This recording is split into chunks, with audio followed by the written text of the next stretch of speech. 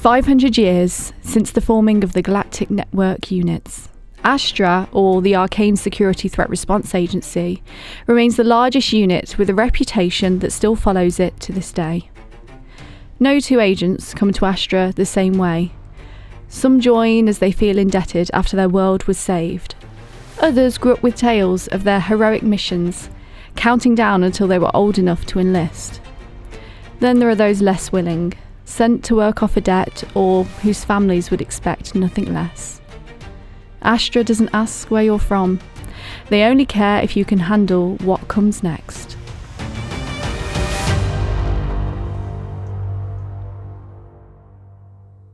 One such agent is Ivan. From a red world soaked in blood, a civilization uttering its last bloody gasp under the light of a dying star, a soldier trapped in an eternal war. Red worlds are always full of conflict. When the thing that powers your solar system finally begins to fade, it's only natural that people would take it as a sign of dark days to come. Ivan's planet was no different. All he ever knew was combat, against whichever enemy he was told to kill. Dear Mother, I am at our forward outpost in the city of Breznik. The men are friendly and they seem happy to have me in their company. We are in an abandoned wing of an old hospital, so as you can imagine, the beds are comfortable, but the surroundings are fairly morbid. There are 20 in our company, and we have orders to advance towards the river. The men seem chipper. They are tired, but aren't we all? Give Isobel my love. Dear Mother,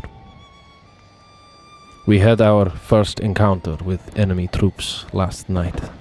They attacked at 4 o'clock in the morning and we lost a few men. Good men by the sounds of it, though I did not know them. We managed to push the enemy back further and extend our barrier, and now the men are drinking and celebrating and enjoying the time that they have. They sing songs I have not heard before, and I think you and Isabel would like them.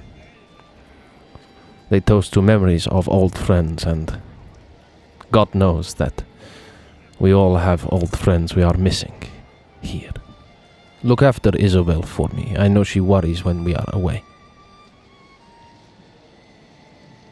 Dear Mother, last night was our first foray into enemy territory. We counterattacked in a night raid, and it was a thrilling success. We have moved up to defend the river near the old power plant, and have set up new digs in some workers' housing nearby. They are much better accommodations than before, and we do not have the hospital smell. In my room there is an old dresser piled on top of bricks to keep it from the uneven floor, and a lamp, but the bulb does not work, so I am writing this letter to you by candle. The smell makes me think of home and the times when you and I would sit and mold the grease from our dinners. It is a bittersweet feeling, knowing that you have comfort when there is so very little here. Dear Mother, it is quiet here. We have not seen action since we pushed them back across the river. Some of the men are too well rested. They are seeing things. Ships in the sky and people walking amongst the shadows and ash behind us. I try not to think about the people we have lost in my downtime. Otherwise I would be seeing shadows everywhere. I think the men miss their friends. They did not get a proper burial. In all, I am rested and in good spirits. Please give Isabel my love and try not to make her worry too much. Dear Mother, the other shoe dropped last night. As one could have predicted a sneak attack from the rear. This enemy are cowards, and we cannot imagine them ever having taken the capital. We found the body of 2 sentries. Their wounds were like nothing we had ever seen before. Completely eviscerated, pardon the imagery, and drained of all of their blood. We must have pushed the rebels to the point of desperation. I will write again when I can. We are on guard now. Tell Isobel we will repel this threat, and I will see her again soon. Please, do not let her worry. Dear Mother, last night we were attacked by creatures the likes of which I have never seen before. Piotr shot one with his rifle and it reeled off into the shadows, and we forced another to retreat when in the safety of our campfires. If I do not survive this, please tell Isobel she should sell the ring I gave her. She will be in need of the money. The compensation for a soldier's death will not be sufficient for the life we wanted to build together. Dear Mother, last night was the most savage assault yet. It is just me now, and I am injured, but okay. A small wound, which I have bandaged to the best of my ability, and it does not worry me. The winter is setting in here, and I cannot get warm no matter how close I sit to the fire. I hope this letter to you is found by whoever takes this territory, and I hope they have the kindness to deliver it to you. I love you. I love Isobel. I miss you all so terribly. I hope you know that. Thank you for all of the times you told me I could cry to you. Thank you for bandaging my knee.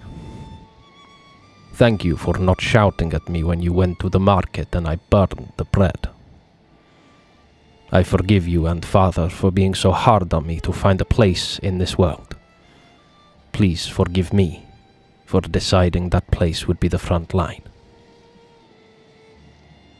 To whom it may concern. If this letter is found, we have been attacked by a band of creatures not of this world. They are fast and strong and vicious, and they never seem to rest, and are driven by the thrill of the battle. They bite hard. Their only weakness seems to be the fire, and our campfires are the only reason I am alive. I suffered a superficial wound. It did not hurt at first, but it seems to be infected. Be careful of any contact. They do not negotiate.